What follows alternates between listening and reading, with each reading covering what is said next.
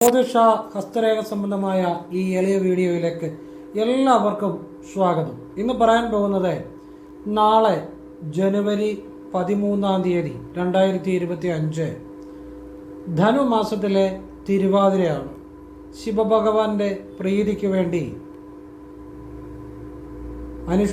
വ്രതമനുഷ്ഠിക്കുന്ന അതായത് സ്ത്രീകൾ അവരുടെ ദീർഘ ദാമ്പത്യത്തിന് വേണ്ടിയും ദീർഘമാംഗല്യത്തിന് വേണ്ടിയും വിശിഷ്യ വ്രതമനുഷ്ഠിക്കുന്ന ഒരു ദിവസമാണ് ധനുമാസത്തിലെ തിരുവാതിര. അതുമാത്രമല്ല, ശിവപ്രീതിക്ക് വേണ്ടി ആർക്കും അതേ ദിവസം ഭഗവാനെ പ്രാർത്ഥിക്കാം, വഴിപാടുകൾ ചെയ്യാം. ശിവപ്രീതി ഉണ്ടായി വരും. ആയുസ്, ആരോഗ്യം, മോക്ഷം ഇതെല്ലാം ഭഗവത് കൃപ കൊണ്ട് ഉണ്ടായി വരും. അത് സ്ത്രീക്കാണേലും പുരുഷനാണേലും അന്നേ ദിവസം ഭഗവാനെ തൊഴുത് വണങ്ങി പ്രാർത്ഥിച്ചാൽ വളരെ മോക്ഷവും ആയുസ്സും ആരോഗ്യവും സമ്പത്തും എല്ലാ ഐശ്വര്യങ്ങളും ഉണ്ടായി വരും. വിശിഷ്യ സ്ത്രീകൾ ഒരു ദീർഘ ദാമ്പത്യത്തിന് വേണ്ടി നെടുമാംഗല്യത്തിന് വേണ്ടി വ്രതമനുഷ്ഠിക്കുന്ന ഒരു ദിവസവും കൂടിയാണ്. അപ്പോൾ ഇവിടെ ഏറ്റവും പ്രധാനമായ ഒരു കാര്യം, ഇത് ഇപ്പം ജാനുവരി 12, 13, 14 ഈ 3 ദിവസങ്ങളിലായിട്ട് ആചരിക്കാം. ഇനി അതല്ല, നിങ്ങൾക്ക് തിരുവാതിരയുടെ അന്ന് മാത്രമാണ് ക്ഷേത്രത്തിൽ പോകാൻ പറ്റുന്നെങ്കിൽ അന്ന് പോവുക. നിങ്ങളുടെ സൗകര്യം പോലെ ചെയ്യുക. അന്ന് ക്ഷേത്രത്തിൽ പോയി ചെയ്യേണ്ട കാര്യങ്ങളൊക്കെ ഞാൻ പറഞ്ഞു തരുന്നുണ്ട്. അത് മുഴുവൻ കേൾക്കുക. തീർച്ചയായിട്ടും നിങ്ങളുടെ ജീവിതത്തിൽ പുതിയ ഈശ്വരാനുഗ്രഹം, പുതിയ മാറ്റങ്ങൾ, പുതിയ ചിന്തകൾ, പുതിയ അനുഭവങ്ങൾ നൽകുന്ന കാര്യമായിരിക്കും. ഭഗവാന്റെ അനുഗ്രഹം എല്ലാവരിലും ഉണ്ടാകട്ടെ എന്ന് പ്രാർത്ഥിച്ചുകൊണ്ട് ഞാൻ വിശദമായിട്ട് പറഞ്ഞുതരാം.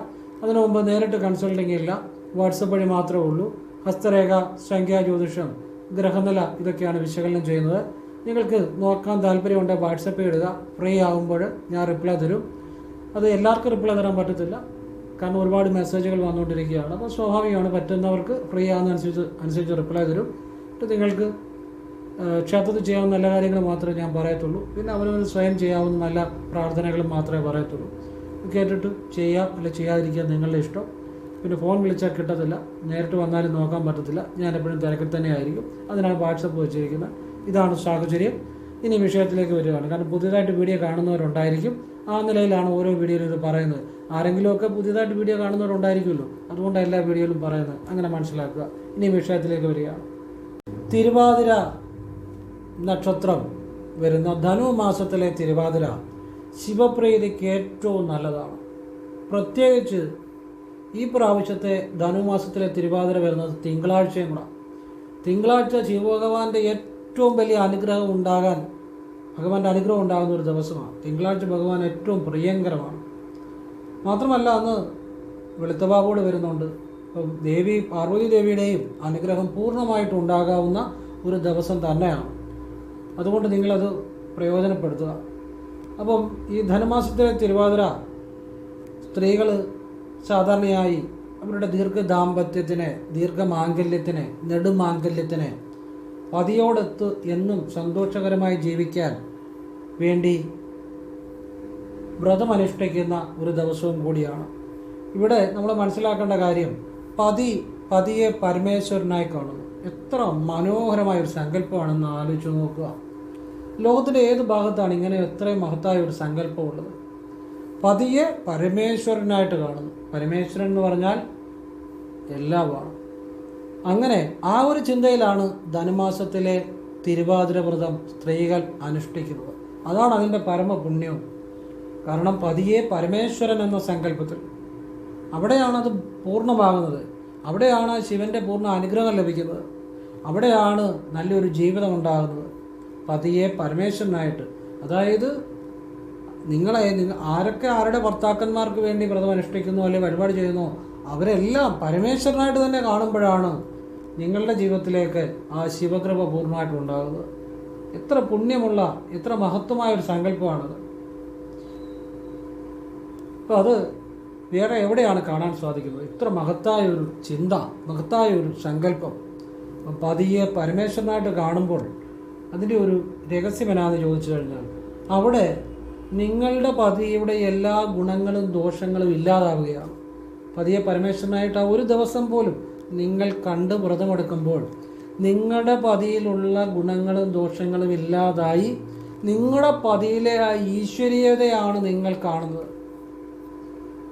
നിങ്ങളുടെ ഭർത്താവിന് വേണ്ടി വഴിപാടുകൾ ചെയ്യുമ്പോൾ ആ പതിയെ പരമേശ്വരനായിട്ട് സങ്കല്പിക്കുമ്പോൾ നിങ്ങളുടെ ഭർത്താവിൻ്റെ അല്ലെ പതിയുടെ അന്നേ വരെയുള്ള എല്ലാ ദോഷങ്ങളും ഗുണങ്ങളും എല്ലാം നിങ്ങൾ മറന്ന് ആ ഒരു ദിവസം, ആ വഴിപാട് ചെയ്യുന്ന ആ ദിവസം, ആ തിരുവാതിര നാൾ വരുന്ന അന്ന് ധനുമാസത്തിലെ നിങ്ങൾ ആ വ്യക്തിയിലെ ഈശ്വരീയതയെ മാത്രമാണ് ചിന്തിക്കുന്നത്.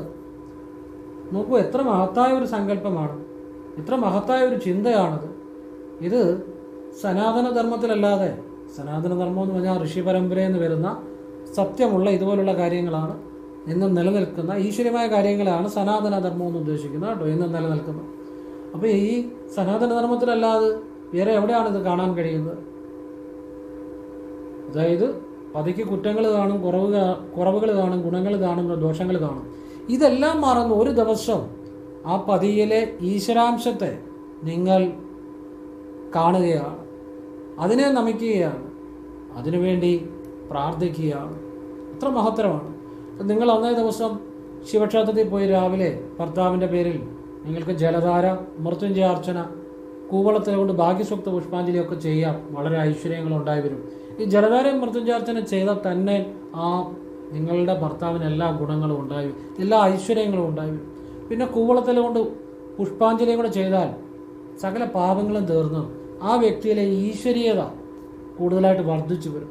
പ്രത്യേകിച്ച് നാളത്തെ ദിവസം, അതായത് ജനുവരി 13-ാം തീയതി.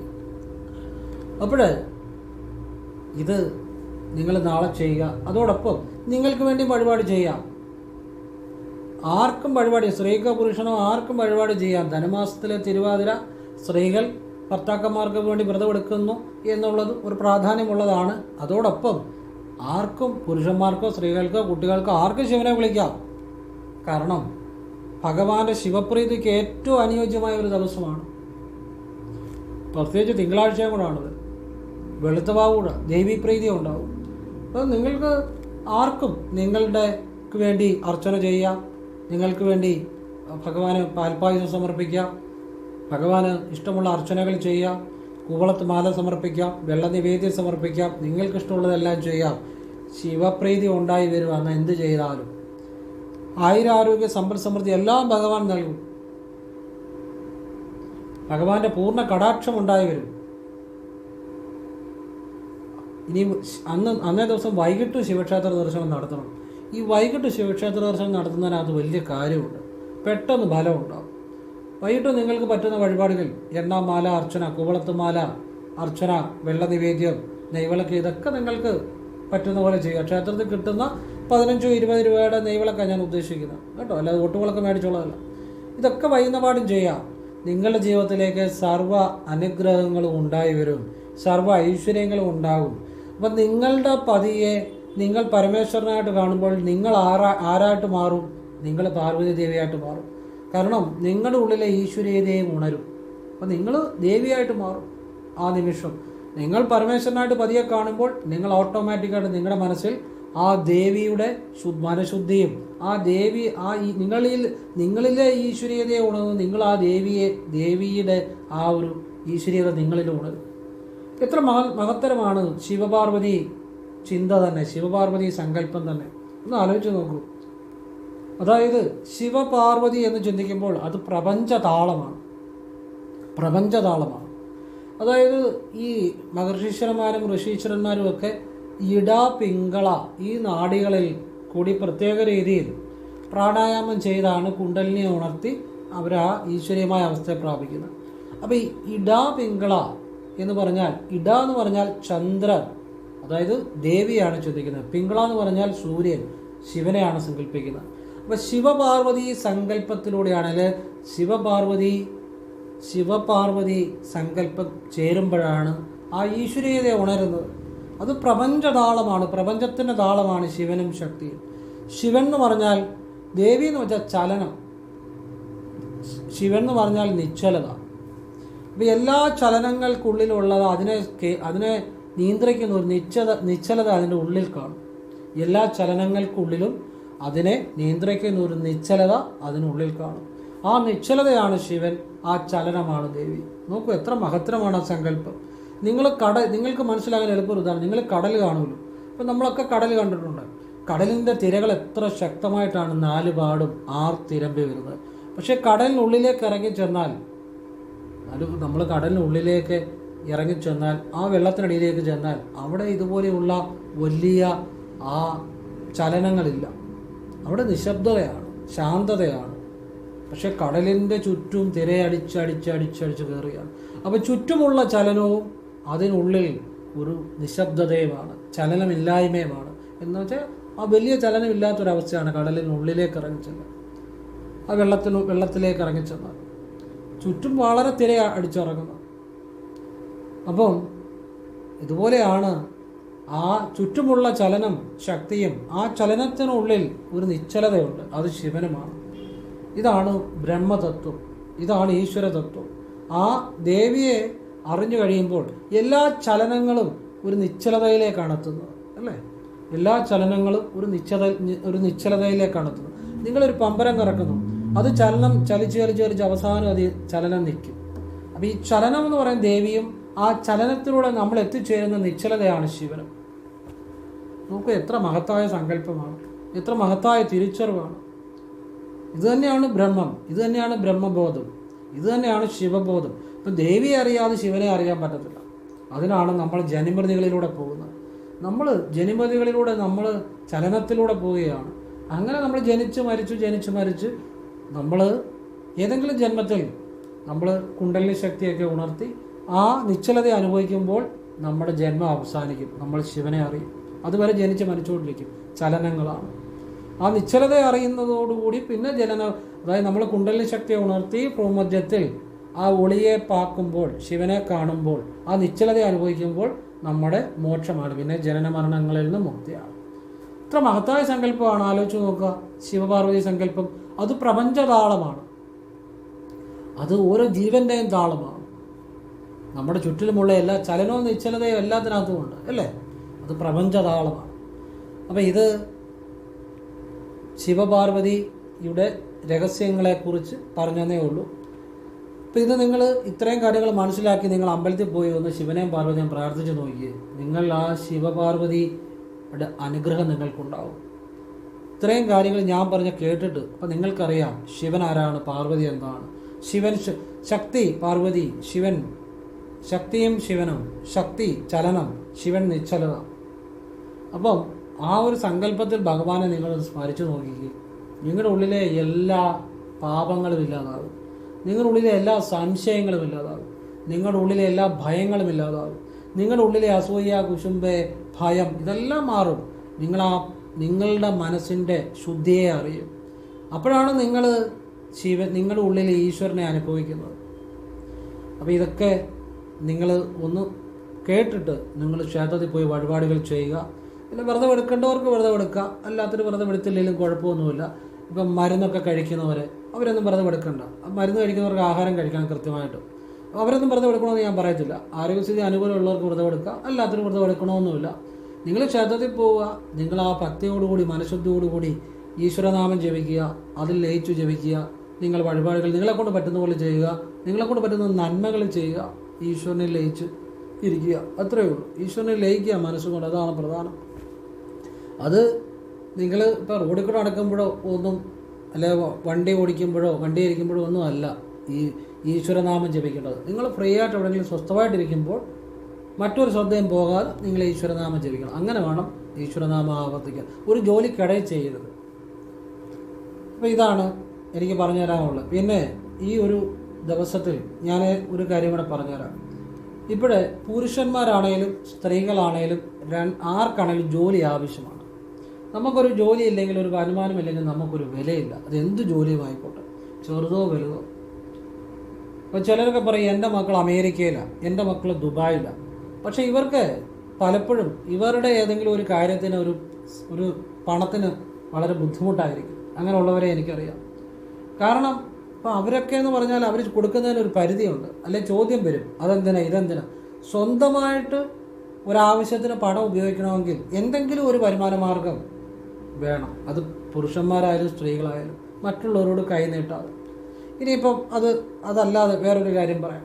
ഇപ്പം ഇപ്പോഴത്തെ കാലത്ത് പെൺകുട്ടികളാണേലും പുരുഷന്മാരാണേലും ജോലി വളരെ ആവശ്യമാണ്. ഇനി പ്രത്യേകിച്ച് പെൺകുട്ടികൾക്ക് ജോലി വളരെ അത്യാവശ്യമാണ്. കാരണം എന്നാന്ന് ചോദിച്ചാൽ, ഈ ഒരു പക്ഷി ഒരു മരത്തിൻ്റെ കൊമ്പിലിരിക്കുന്നത് ആ മരത്തിൻ്റെ കൊമ്പിലുള്ള വിശ്വാസമല്ല, പക്ഷിയുടെ ചിറകിലുള്ള വിശ്വാസം. ഈ കൊമ്പൊടിഞ്ഞാലും ചിറകുള്ളതുകൊണ്ട് ഞാൻ പറന്നുയരുമെന്നുള്ള ആ പക്ഷിയുടെ ചിറകിലുള്ള വിശ്വാസം കൊണ്ടാണ് ഒരു മരത്തിൻ്റെ കൊമ്പിലിരിക്കുന്നത് എന്ന് പറഞ്ഞ പോലെ ഒരു പെൺകുട്ടി, ആൺകുട്ടികൾക്കും ജോലി വേണം, അത് അത്യാവശ്യമാണ്. പക്ഷെ പെൺകുട്ടികൾക്ക് പലരും ജോലിക്ക് വേണ്ടി ശ്രമിക്കാത്തവരുണ്ട്. അതുകൊണ്ടാണ് ഈ പറയുന്നത്. ഇപ്പോൾ ഒരു പെൺകുട്ടി അവൾ കല്യാണം കഴിച്ചു, അവൾക്കൊരു ജോലി ഉണ്ടെങ്കിൽ അവൾക്ക് ജീവിതത്തിൽ സ്വന്തം ചിറകുകളെ വിശ്വസിച്ച് എപ്പം വേണേലും ഒരു കുടുംബജീവിതത്തിലൊരു പ്രശ്നം ഉണ്ടായാലും അല്ലെങ്കിൽ ഒരു ഡൈവേഴ്സ് ഉണ്ടായാലും അവൾക്ക് സ്വന്തം കാലിൽ നിൽക്കാൻ പറ്റും. അതുകൊണ്ട് സ്വന്തം ചിറകുകളെ, ഒരു പക്ഷി സ്വന്തം ചിറകുകളെ എങ്ങനെ വിശ്വസിക്കുന്നു എന്ന് പറഞ്ഞ പോലെ സ്വന്തമായിട്ട് തൊഴിലുണ്ടെങ്കിൽ പിടിച്ചു നിൽക്കാൻ പറ്റുമെന്നുള്ളതാണ്. ഞാൻ എത്രയോ ആളുകളുടെ കൈരേഖ, ഗ്രഹനില 10,000-ലേറെ പരിശോധിച്ചതിൻ്റെ അനുഭവത്തിലായി പറയുന്നത്. ഇപ്പം നമ്മൾ സിനിമയൊക്കെ കാണുമ്പോൾ സിനിമയിലെ നായിക സ്കൂളിലല്ല കോളേജിലായിക്കോട്ടെ, പറഞ്ഞപ്പോൾ മാറിപ്പോയാണ്, കോളേജിൽ നായിക പോകുന്നു. അപ്പം അവിടെ പോകുമ്പോൾ നമ്മൾ കാണുന്നത് തന്നെ കോളേജിൽ പോകുന്നത് നായിക എന്തിനാണ്? നായകനെ കാണാൻ, പ്രേമിക്കാനാണ്. ഇതാണ് നമ്മൾ അതിൽ നിന്ന് മനസ്സിലാക്കിയെടുക്കുന്നത്. നമ്മുടെ മനസ്സിലിരിക്കുന്ന സങ്കല്പമാണ്. നായിക ജോലിക്ക് പോകുന്നത് എന്തിനാണ്? അവിടെ ഏതെങ്കിലും ഒരുത്തിനെ പ്രേമിക്കാൻ, നായകനെ കാണാൻ വേണ്ടിയാണ്. ഇത് മാത്രമാണ് ഈ സിനിമ ഇതുപോലുള്ള കാര്യങ്ങളിൽ നമ്മൾ മനസ്സിലാക്കിയെടുക്കുന്നത്. പക്ഷേ ഇതും ജീവിതമായിട്ട് ഒരുപാട് അന്തരമുണ്ട്. ഒരു കോളേജിൽ പോകുന്നത് പഠിക്കാൻ വേണ്ടിയാണ്, പഠിച്ചൊരു ജോലി കിട്ടി സ്വന്തം കാലിൽ നിൽക്കാൻ വേണ്ടിയാണ്, അല്ലാതെ പ്രേമിക്കാൻ വേണ്ടിയല്ല. നമ്മൾ സിനിമ കണ്ടു കഴിയുമ്പോൾ കുട്ടികൾ ധരിച്ചു വെച്ചിരിക്കുന്ന കോളേജിൽ പോകുന്നത് പ്രേമിച്ചില്ലേ വലിയ കുഴപ്പമാണ്. അല്ലെങ്കിൽ ഒരു ജോലി സ്ഥലത്ത് പോകുമ്പോൾ അവിടെ ഏതെങ്കിലും ഒരുത്തനെ കണ്ടെത്തി പ്രേമിച്ചില്ലെങ്കിൽ അതും വലിയൊരു നാണക്കേടാണ്. കാരണം സിനിമയ്ക്കകത്ത് മുഴുവൻ നായികയും അത് അവരുടെ സിനിമയ്ക്ക് ഒരു നായികനും നായികയും ഒരു പ്രണയം ഉണ്ടെങ്കിലേ അത് വിജയിക്കത്തുള്ളൂ. അതുകൊണ്ടാണ് ജീവിതത്തിലേക്ക് വരുമ്പോൾ അങ്ങനെയല്ല. നമുക്ക് ജീവിതത്തിലേക്ക് വരുമ്പം നമുക്ക് സ്വന്തമായിട്ടൊരു ജോലി നേടിയെടുക്കുക എന്നുള്ളത്, അതിനുവേണ്ടിയാണ് പഠിക്കാൻ പോകുന്നത്, അതിനുവേണ്ടി. അതുപോലെ തന്നെ തൊഴിലിന് പോകുന്നത് ആ ജോലി കൊണ്ട് നല്ലതായിട്ട് ജീവിക്കാൻ വേണ്ടിയാണ്. അല്ലെ, നമുക്ക് ആ ജോലി കൊണ്ട് നേടിയെടുക്കേണ്ട പല കാര്യങ്ങളും ഉണ്ട്, വീട്, പല കാര്യങ്ങളും.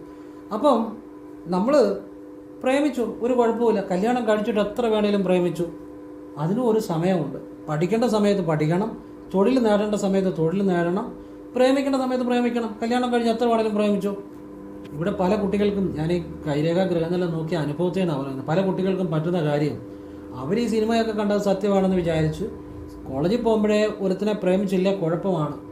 അതിനാണ് കോളേജിൽ പോകുന്നതെന്നാണ് ഈ സിനിമ കൂടുതൽ കാണുമ്പോൾ പിള്ളേരുടെ മനസ്സിൽ കിടക്കുന്നത്. അപ്പം ഒരുത്തിനെ പ്രേമിക്കും. അപ്പോൾ അതുകൊണ്ട് തന്നെ തുടർന്ന് പഠിക്കാൻ പറ്റത്തില്ല, ഒരു നല്ല ജോലി നേടാൻ പറ്റത്തില്ല. പ്രേമിച്ച് കഴിയുമ്പോൾ ഇവൾക്കൊരു ജോലി ഇല്ലാത്തത് കൊണ്ട് ചിലപ്പം ഭർത്താവുമായിട്ട് തെറ്റിപ്പിരിഞ്ഞു കഴിഞ്ഞാൽ സ്വന്തം കാലിൽ നിൽക്കാൻ പറ്റത്തില്ല. സ്വന്തം കാലിൽ നിൽക്കാൻ പറ്റാതെ ഒരു കുടുംബജീവിതത്തിൽ എപ്പം വേണമെങ്കിലും പ്രശ്നം ഉണ്ടാകാം.